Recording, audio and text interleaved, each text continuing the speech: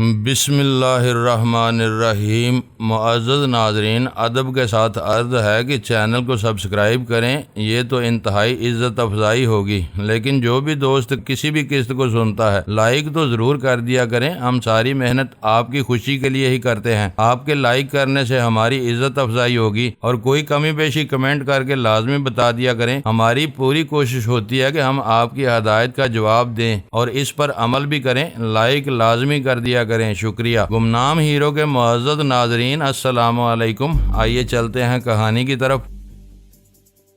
تم خود تمام خطرات سے باخبر ہو۔ میں پریشان ہو کر 2 مرتبہ اول خان کے گھر فون کر چکی ہوں، مگر وہ بھی کہیں غائب ہے۔ اب تم فوراً واپس آ جاؤ، تمہارے بغیر ہم تینوں خود کو اداس اور تنہا محسوس کر رہے ہیں۔ میری سمجھ میں نہیں آتا کہ آج تم کو بے وقت تفریح کی کیا سوچی ہے۔ میں زیادہ لمبی بات نہیں کر سکتا، میں نے ماؤتھ پیس میں آہستگی سے کہا۔ اول خان ہم سے ملنے اسی طرف آ رہا ہے، اس سے ملاقات ہوتے ہی میں واپس چل دوں گا۔ اداسی دور کرنے کے لیے تم تینوں کٹ تھروٹ کھیلنا شروع کر دو، اس طرح تمہاری پریشانیوں کو خاصا افاقہ ہوگا۔ یہ کہہ کر میں نے فون بند کر دیا۔ فون کال کے پیسے ادا کر کے میں واپس آیا تو ویرا غیر معمولی تیزی سے آئس کریم ختم کرنے میں مصروف تھی۔ اتنی پھرتی کیوں دکھا رہی ہو؟ کیا دوبارہ آئس کریم منگوانے کا ارادہ ہے؟ میں نے اپنی نشست سنبھالتے ہوئے عذرائے تفنن سوال کیا۔ ابھی اول خان کا پیغام آیا تھا، وہ ہم اپنی گود میں رکھے ہوئے اپریٹس کی طرف اشارہ کرتے ہوئے بولی، وہ مزار کے قریب پہنچنے والا ہے اور وہیں ہمارا انتظار کرے گا۔ آواز سے وہ بہت پریشان معلوم ہو رہا تھا۔ میں نے فوراً ہی بیرے کو طلب کر کے فارغ کیا اور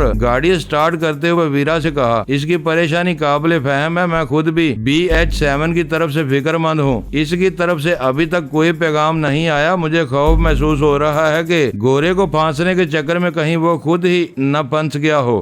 ویرا نے سیٹی بجانے والے انداز میں ہونٹ سمیٹ کر کہا، اسے تو میں بھول ہی گئی تھی۔ یہ ناممکن نظر آتا ہے کہ وہ ابھی تک گورے کو شہر میں چکر دیتا پھر رہا ہو۔ اگر وہ اپنے حریف کو گاڑی میں بے ہوش کرنے میں کامیاب ہو چکا ہے تو اب تک اس کی طرف سے سگنل آ جانا چاہیے تھا۔ میں نے اس کی بات کا کوئی جواب نہیں دیا۔ اس وقت میرا ذہن الجھ گیا تھا۔ میں نے مزار کے قریب پہنچنے سے پہلے ہی دیکھ لیا کہ اول خان کی گاڑی مزار کے سامنے شہر سے آنے والے راستے پر کھڑی ہوئی تھی، لیکن جس بات نے مجھے چونکایا وہ یہ تھی کہ اول خان کے برابر والی نشست پر بڑی مونچھوں والا ایک صحت مند شخص براجمان تھا۔ میں آگے سے چکر کاٹ کے اول خان کی گاڑی کے عقب میں پہنچا تو وہ مونچھوں والے سمیت باہر آ چکا تھا۔ ہماری کار رکتے ہی وہ دونوں پچھلی نشست پر سوار ہو گئے۔ ویرا اول خان کے لیے جگہ خالی کرنے کی کوشش کرتی ہی رہ گئی اور میں نے کار آگے بڑھا دی۔ یہ سجاد یعنی بلڈ ہاؤنڈ 7 ہے۔ گاڑی چلنے کے بعد اول خان بولا، آج اس نے میری جان نکال دی تھی، لیکن خدا کا شکر ہے کہ ابھی تک سب ٹھیک ٹھاک ہے۔ ہم بھی فکر مندی کے ساتھ اس کے پیغام کے منتظر تھے۔ اس کا شکار کہاں ہے؟ میں نے کہا۔ چوراہے پر بائیں طرف جس کار کا بونٹ اٹھا ہوا ہے اسی کے پاس گاڑی روک لینا، اول خان نے آگے اشارہ کرتے ہوئے کہا۔ اس کا شکار اسی گاڑی کی ڈگی میں ہے، باقی کہانی ابھی سناتا ہوں۔ میں نے کار روکی تو سجاد نے اپنی کار کے قریب جا کر انجن سے چھیڑ چھاڑ کی۔ ڈرائیونگ سیٹ پر بیٹھ کر انجن سٹارٹ کیا، باہر نکل کر بونٹ بند کیا اور گاڑی لے کر ساحل کی طرف چل دیا۔ اول خان کے ایما پر میں نے بھی اپنی کار اس کے پیچھے ڈال دی۔ اول خان ہمیں سجاد کی کہانی سنانے لگا۔ سفید کار کے تصادم کے بعد کلفٹن روڈ پر شروع ہونے والی ہنگامہ آرائی آنن فانن میں زور پکڑ گئی تھی۔ ٹریفک میں تعطل کی وجہ سے فوراً ہی ایک ٹریفک سارجنٹ اور پولیس موبائل موقع پر پہنچ گئی۔ اس وقت تک سفید کار والوں میں سے کسی نے لوگوں کو خوفزدہ کرنے کے لیے پستول نکال لیا۔ اسے پستول استعمال کرنے سے پہلے پکڑ لیا گیا۔ پولیس والوں نے اس کے ساتھیوں کو بھی گھیر لیا۔ شہر میں ہتھیاروں کے ساتھ چلنے پر پابندی ہونے کے باوجود وہ چاروں مسلح تھے۔ ان کی کار سے بغیر لائسنس کی ایک کلاشنکوف بھی برآمد ہوئی اور پولیس نے موقع پر ہی انہیں حراست میں لے لیا۔ اس صورتحال پر وہ گورا بہت پریشان تھا۔ قرب و جوار میں کوئی خالی ٹیکسی بھی موجود نہیں تھی۔ سجاد نے گورے کو پرائیویٹ ریڈیو ٹیکسی میں چلنے کی پیشکش کی تو وہ فوراً تیار ہو گیا۔ ٹریفک رواں ہونے کے بعد سجاد نے اول خان کو رپورٹ دے کر اپنا اپریٹس بند کیا تو گورے کو شبہ ہو گیا۔ اصولاً ریڈیو ٹیکسی کا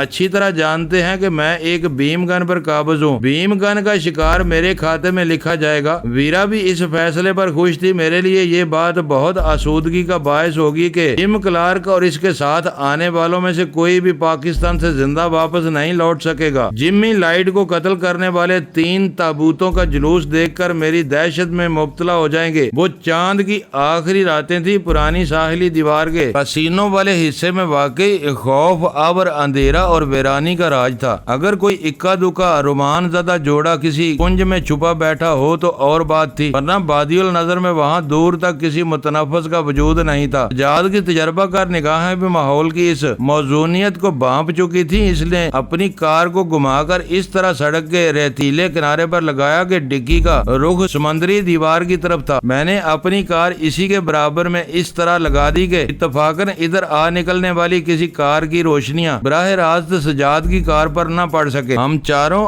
اپنی گاڑیوں سے نکل کر چہل قدمی کے انداز میں دیوار تک گئے۔ پانی اترا ہوا تھا۔ دیوار کے ساتھ پڑے ہوئے چٹانی ٹکڑوں اور بڑے بڑے پتھروں میں پھنسی رہ جانے والی سمندری علائشوں سے ہلکی ہلکی عفونت پھوٹ رہی تھی جو ہوا کے جھونکوں کے ساتھ گھٹتی بڑھتی محسوس ہو رہی تھی۔ اسے سمندر میں جانا چاہیے تھا لیکن پانی کافی دور ہے۔ اول خان سمندر کا جائزہ لے کر بڑبڑایا، ایک دفعہ اس کا دم نکل جائے تو میں آسانی کے ساتھ کندھے پر لاد کر اسے گہرے پانی میں ڈال آؤں گا۔ سجاد نے پورے اعتماد اور یقین کے ساتھ کہا۔ وہ منحنی سے وجود کا متوسط قامت آدمی ہے۔ میرے ساتھ آؤ، میں نے اس کے شانے پر ہاتھ مار کر کہا۔ اول خان ویرا کے ساتھ چوڑی ساحلی دیوار پر بیٹھا رہا۔ ہم دونوں کار تک گئے۔ سجاد نے ڈگی کھولی تو شکار بدستور بے ہوش تھا اور ایک گٹھڑی کی صورت میں ڈگی کے وسط میں پڑا ہوا تھا۔ میں نے عقابی نظروں سے گرد و پیش کا جائزہ لے کر اپنی جیب سے بھیم گن نکالی اور اس کی نال بے ہوش قیدی کی پیشانی کے وسط میں جما کر ہولے سے ٹریگر دبا کر فوراً ہی انگلی ہٹا لی۔ اس کی پیشانی کی جلد اور نال کے درمیان پیدا ہونے والے خفیف سی نیلگوں روشنی نے لمحہ بھر کے لیے اس کے چہرے کو نیلا کر دیا۔ اس کے بدن نے خفیف سی جرجری لی اور میں نے بھیم گن دوبارہ اپنی پتلون کی جیب میں اڑس لی۔ فضا میں جلے ہوئے گوشت کی چراند پیدا ہو گئی تھی۔ کیا ہوا؟ سجاد نے کچھ نہ سمجھنے والے انداز میں حیرت سے سوال کیا۔ اس کا بیجا تباہ ہو گیا، اس کے ہاتھ پیر کھول کر اسے اس کی منزل پر پہنچا دو۔ سجاد بجلی کی طرح پھرتیلا تھا۔ اس نے میری توقع سے پہلے اسے اپنے شانے پر لاد کر ڈگی بند کی اور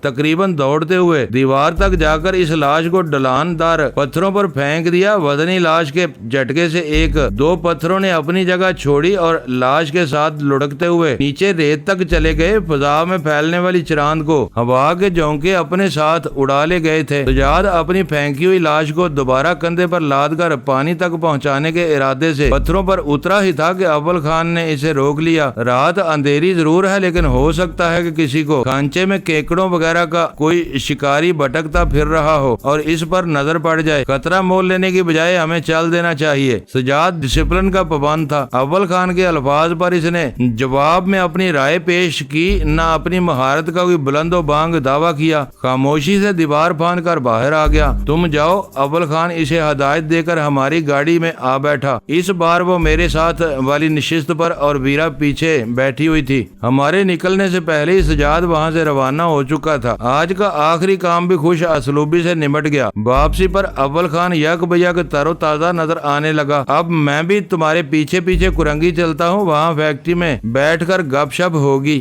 گپ شپ سے پہلے تمہیں سنگین جھگڑے نپٹانے ہوں گے۔ ویرا شوخی سے بولی۔ ڈینی غزالہ سے ہوا خوری کا بہانہ کر کے نکلا تھا، میں زبردستی اس کے ساتھ ہولی، ورنہ یہ آج اکیلا ہوتا۔ غزالہ کو آج کے واقعات کا علم ہوگا تو وہ بہت بنائے ہوئے ہو سکتا ہے کہ وہ ڈینی کے جھوٹ کو میری اور اس کی ملی بھگت قرار دے بیٹھے۔ اس سے سامنا ہو گیا تو یہ سب بھی بھگت لیا جائے گا۔ شکوے شکایت سے اپنے اپنائیت کا احساس ہوتا ہے۔ تم لوگ خوش قسمت ہو، اتنی مفاہمت کے ساتھ اکٹھے رہ رہے ہو، ورنہ آج کے دور میں تو کوئی اپنے سگے خون کو بھی اپنے ساتھ رکھنا گوارا نہیں کرتا۔ سر سے بوجھ اتر جانے کے بعد اول خان موج میں آ گیا تھا۔ اسے عبداللہ شاہ غازی کے مزار کے قریب اتار کر ہم دونوں روانہ ہو گئے۔ شاید تم نے غور نہ کیا ہو، اول خان آخر میں پتے کی بات کہہ گیا ہے۔ ویرا نے میرے اور اپنے لیے سگریٹ سلگانے کے بعد سنجیدہ لہجے میں کہا۔ اول خان کے اترنے کے بعد وہ میرے برابر والی سیٹ پر براجمان ہو چکی تھی۔ میں اس وقت اپنے ذہن پر زور دینے کے موڈ میں نہیں ہوں۔ صاف صاف بتاؤ کہ اس کی کس بات کا حوالہ دے رہی ہو؟ میں نے اس کے ہاتھ سے جلی ہوئی سگریٹ لے کر کہا۔ خوش قسمتی اور اکٹھے رہنے والی بات تم نے کبھی اس بارے میں سوچا ہے؟ جو نعمتیں میسر ہوں ہم ان کے بارے میں سوچ کر وقت ضائع نہیں کرتے۔ میرے نزدیک یہ بڑی بات ہے۔ وہ سگریٹ کا کثیف دھواں اڑاتے ہوئے بولی۔ میں اول خان کی کہی ہوئی بات کو اپنی ذات کے حوالے سے دیکھ رہی ہوں۔ ایمانداری سے غور کرو کہ میرا اور غزالہ کا کیا رشتہ ہے۔ بظاہر کوئی بھی نہیں، لیکن زیادہ گہرائی میں جاؤ تو میرے اور تمہارے درمیان موجود بے تکلفی کی وجہ وہ مجھے اپنے رقیب سمجھ کر حسد اور جلن کا شکار ہو جائے تو میں اسے کوئی الزام نہیں دوں گی۔ اس دور میں جب اولاد اپنے ماں باپ کے ساتھ اور بھائی بھائی کے ساتھ رہنے پر آمادہ نہ ہو، مجھے اپنی قسمت پر رشک آتا ہے کہ میں کسی پابندی یا رکاوٹ کے بغیر تم لوگوں کے ساتھ رہ رہی ہوں۔ اس میں کسی کی نہیں، صرف غزالہ کی بڑائی کار فرما ہے۔ وہ اپنا دل چھوٹا کر لے تو اسے پورا حق حاصل ہے کہ وہ تمہیں مجھ سے ترک تعلق پر مجبور کرے اور ہر وقت اپنی ذات کے حصار میں قید رکھے۔ اتنی لمبی تقریر میں تم نے میرا کوئی ذکر نہیں کیا۔ میں نے اس کی بات کاٹ کے کہا، ہو سکتا ہے غزالہ دل ہی دل میں بہت کچھ سوچتی ہو، لیکن میرے متوازن اور شائستہ رویے کی وجہ سے اپنے شبہات کو الفاظ کے روپ میں ڈالنے کی ہمت نہ کر پاتی ہو۔ وہ عجیب سے انداز میں مسکرانے لگی۔ تم بلا وجہ اپنا اور اس کا مقابلہ کر رہے ہو۔ میں دلائل پر اتر آئی تو تم ایک لمحے میں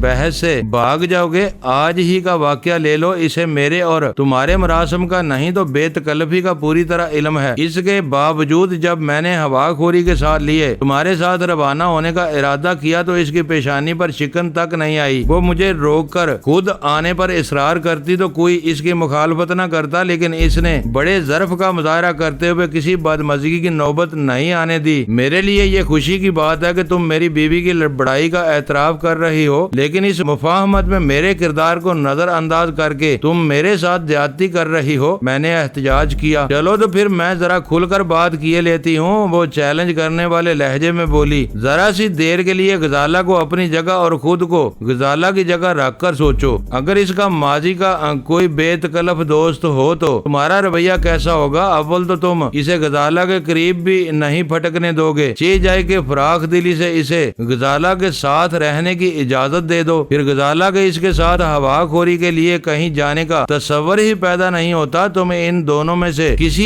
ایک کو گولی مارو گے، لیکن ایسی اجازت ہرگز نہیں دو گے۔ یہ کیا بےہودہ مفروضات نکال لیے تم نے؟ میں نے بگڑ کر اس کی بات کاٹ دی۔ دنیا میں کہیں ایسا نہیں ہوتا۔ اس بارے میں مغرب کا مادر پدر آزاد معاشرہ بھی عورت کو کھلی آزادی نہیں دیتا۔ اس نے بھی مجھے اپنی بات پوری نہیں کرنے دی اور بولی، دنیا کے سارے مرد متعصب، خود غرض اور مفاد پرست ہوتے ہیں، خود گناہوں کی پوٹ بن کر زندہ رہتے ہیں اور اپنی عورتوں کو بالکل پارسا دیکھنا پسند کرتے ہیں۔ اسی لیے میں کہہ رہی ہوں کہ غزالہ جیسی اعلیٰ ظرفی کا مظاہرہ تمہارے بس سے باہر ہے۔ اس وقت وہ جھاڑ کے کسی کانٹے کی طرح مجھ سے الجھ رہی تھی۔ میں نے اس کی بات کا جواب دینا ضروری نہیں سمجھا اور اپنی پوری توجہ سڑک اور عقب نما آئینے پر مرکوز کر دی۔ پیچھے آنے والی گاڑی کے ہیڈ لیمپس کی تیز روشنی کی وجہ سے میرے لیے کار کو پہچاننا ممکن نہیں تھا، لیکن مخالف سمت سے آنے والی بعض گاڑیوں کی تیز تر روشنی میں نے یہ دیکھ لیا کہ اول خان ہمارے پیچھے چلا آ رہا تھا۔ میں نے کرنگی جانے کے لیے ڈیفنس کے دور افتادہ اور ویران علاقے سے ہو کر گزرنے والا مختصر راستہ اختیار کرنے کی بجائے کلفٹن روڈ اور سن سیٹ بلی وارڈ کا صاف ستھرا اور بارونق راستہ اختیار کیا تھا۔ ہم سن سیٹ بلی وارڈ کے تقریباً وسط میں پہنچے تھے کہ سڑک کے کنارے کھڑی ہوئی پولیس پارٹی کے ایک باوردی رکن نے مجھے گاڑی روکنے کا اشارہ کیا۔ میں نے فوری طور پر انڈیکیٹر روشن کر کے اپنی کار بائیں جانب دبانی شروع کر دی۔ اول خان نے بھی میری تقلید میں کار کی رفتار کم کرنی شروع کر دی۔ میں نے اپنی کار روکتے ہی کیبن لائٹ آن کر دی اور نیچے اترنے کے بجائے اپنی جگہ بیٹھ کر کسی سپاہی کی آمد کا انتظار کرتا رہا۔ مجھے سخت حیرت تھی کہ اول خان کے آدمی کرنگی سے نادیہ کی لاش لے کر بڑے پورے شہر میں داخل ہو گئے اور ایک شخص سرخ کار میں 2 لاشیں لے کر ویران ساحل تک پہنچ گیا تو قانون کے کسی محافظ نے ان سے کوئی باز پرس نہیں کی، لیکن ہمیں راستے میں روک لیا گیا تھا۔ اس وقت ویرا کی تحویل میں بھرے ہوئے پستول کے علاوہ 2 لوڈ کیے ہوئے میگزین موجود تھے۔ اسی طرح میری جیبوں میں بھی بیم گن اور پستول کے ساتھ فاضل میگزین موجود تھے۔ اگر ہم میں سے کوئی بھی نیچے اترتا تو جیبوں کے کسی نامعقول ابھار کی وجہ سے ہمارے بڑے ہتھیاروں کی نشاندہی ہو سکتی تھی۔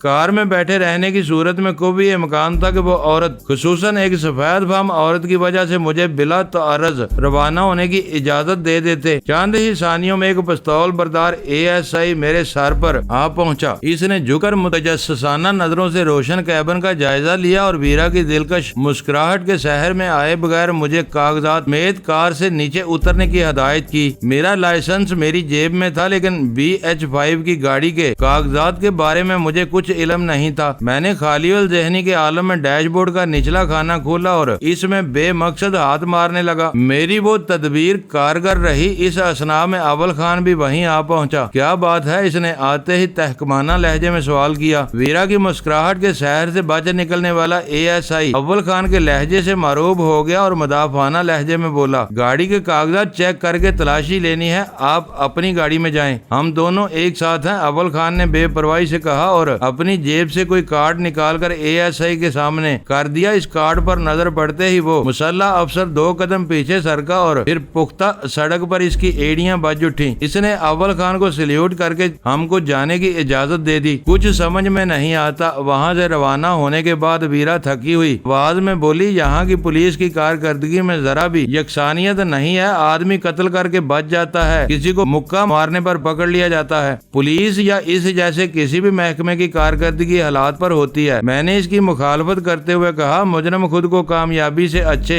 بحروب میں چھپا لے تو اسکاٹ لینڈ یارڈ کے ماہرین بھی اسے سونگنے کی ضرورت نہیں سمجھتے۔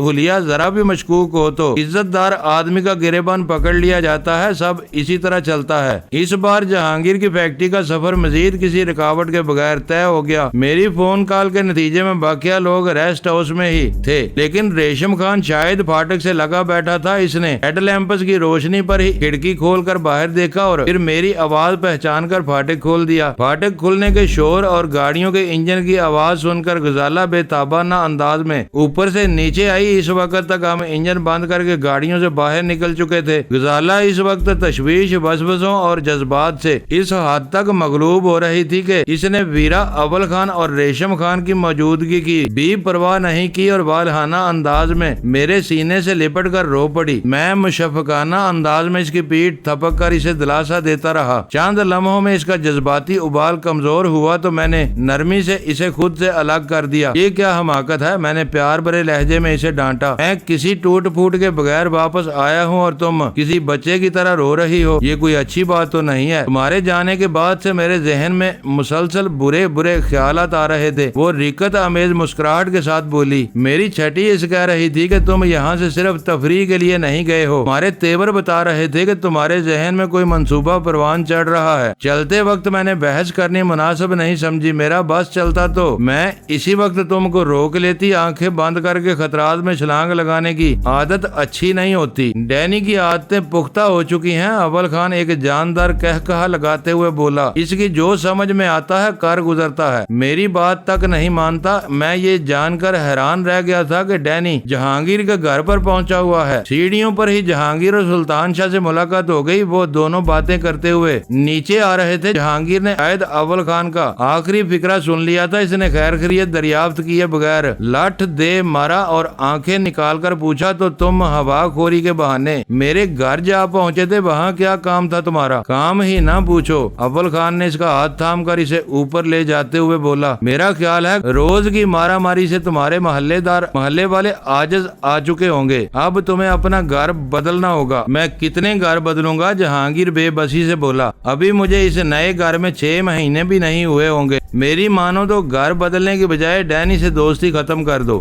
ویرا نے سنجیدگی سے لقمہ دیا، روز روز گھر بدلنے اور دوسری بہت سی پریشانیوں سے بچ جاؤ گے۔ ڈینی کسی دن تمہیں مروا دے گا۔ مروا دے؟ جہانگیر بڑبڑایا، میں چھوٹی موٹی باتوں کی وجہ سے اتنی پرانی دوستی نہیں چھوڑ سکتا۔ سلمہ اپنے میکے میں ہے، زیادہ سے زیادہ یہی ہوگا کہ میں بھی